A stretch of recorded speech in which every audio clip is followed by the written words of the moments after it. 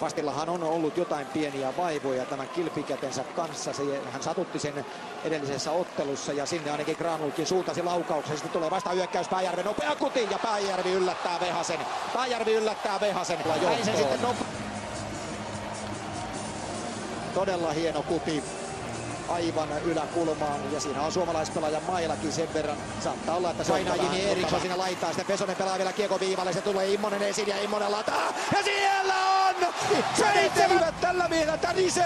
Valle veto lähtee. Ja siellä lepää. Peli on finaalissa 1-1.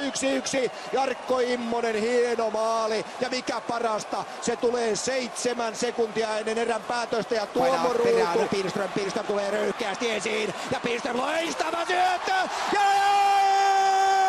Petteri Nokelainen iskee Pirströmin loistopassista 2-1. Pirström syöttää, Pirström tarjoilee ja sinne naputtaa Nokelainen ja voimalla ja Suomi panee painetta sinne ja sitten on kiekko maalista!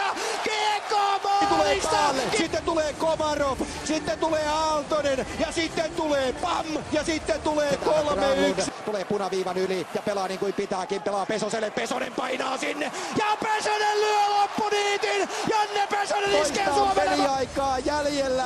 Tämä on valtaisa joukkue. Harhauttaa Viktor Fastin ja Koivulle. 2,5 minuuttia aikaa. Ruotsi on lannistunut ja Mika Pyörä lataa! Se on lopun alkua. Kruunun kurssi romahtaa. Sieltä tulee Pyörälään ja Viktor, vajaa minuutti peli aikaa jäljellä. Pirström! Tämä on valtaisaa ryöpytystä. Tämä on ryöpytystä. Tämä on isku.